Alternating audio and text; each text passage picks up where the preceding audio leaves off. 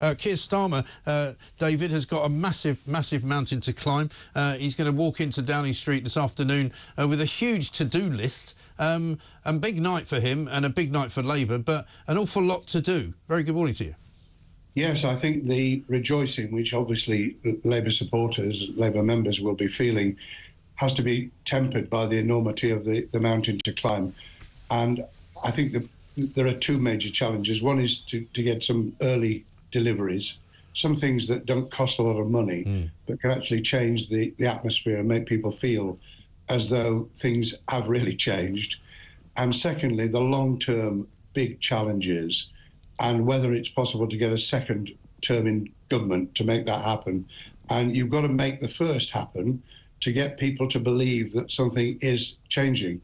And the whole campaign was based on that word, change.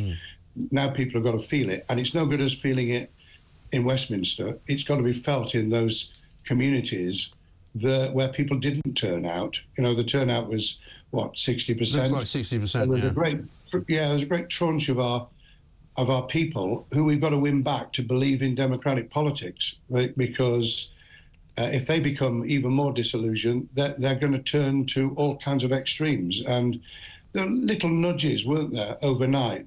I'm not just talking about reform. I'm talking about people who voted candidates out from the main parties on the issue of Gaza. Yeah. And the fluidity, if you like, the volatility of the electorate is enormous. So nobody should take anything for granted. Well, I've read a statistic this morning that I think the number of non-sort of main party votes is the biggest it's been for 100 years in terms of some of the sort of the jigsaw pattern of the country at the moment, where, as you say, there's quite a few independents. I mean, Jonathan Ashworth, I think, was a shock even to Labour. I don't think anyone saw that one coming.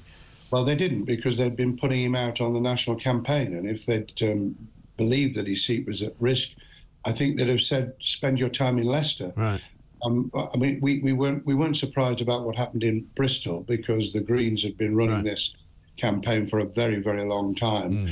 You feel very sad for people, not just my own people. I'll come to the Tories in a minute. I feel very sad for Jonathan and for Thangam Debonair, because they were both about to be in government, and now they're not even in the Commons. So sad. I have a sneaking sympathy for people who have lost their seats in large numbers, their families and the people who worked for them. But the great thing about democracy is not winning. The great thing about democracy is accepting when you lose. I said this back in 2010. Gordon Brown got a bit annoyed with me because I said, look, didn't take much, did it? We've clearly lost.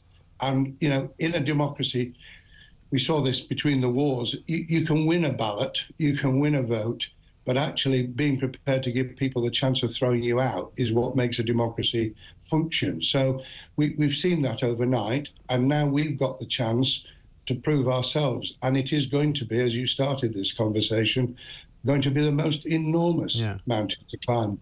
And you would have said, I think, going into government with Tony Blair, that there was quite a team put together there. There was a project that had been working since the days of Neil Kinnock, you know, when he wasn't able to make it over the line in '92.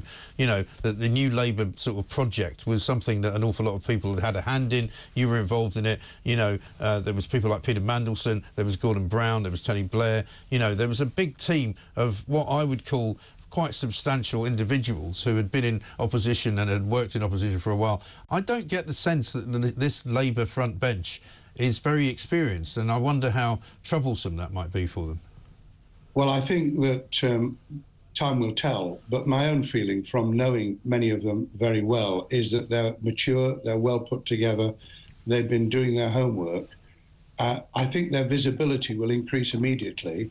And, I mean, Keir Starmer won't want any advice from me today, so I better be very careful what I say. But I would delegate. I think it's really important that every decision doesn't have to go through number 10 Downing Street. Gordon, when he became Prime Minister, had a tendency to want to sign everything off.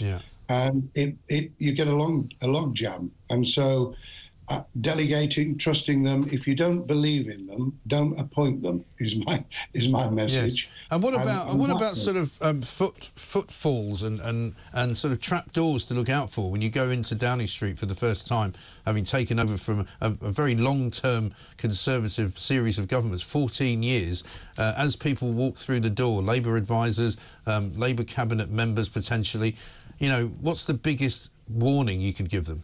Well, don't get captured by the machine. Otherwise, you'll end up doing pretty much the same kind of things, but without the sleaze and the chaos that you inherited. So I think you want things to be done very differently. If I were putting my finger on 2 or 3 things over the next few weeks, I'd set up the Integrity and Ethics Commission immediately. In other words, to say, we're going to do politics differently and we're going to start from here. And that, I think, would be reassuring to the public. And you need a bit of leeway. You need a bit of a honeymoon to be able to get things in place. And you have to take 1 or 2 steps that give you that chance. And that's one of them. Yes. And what about the final question? Isn't it rather unfair that Reform can get such a large share of the vote, a bigger share of the vote, in fact, than Liberal Democrats, but end up with so few seats? Well, what Labour did was to spread its vote in a way it hadn't before. And that was the problem for us in the past. You'd build up, you'd build up very, very large votes in a handful of seats. And that felt unfair to us in the past. This time we spread across the country. That wasn't true of Reform.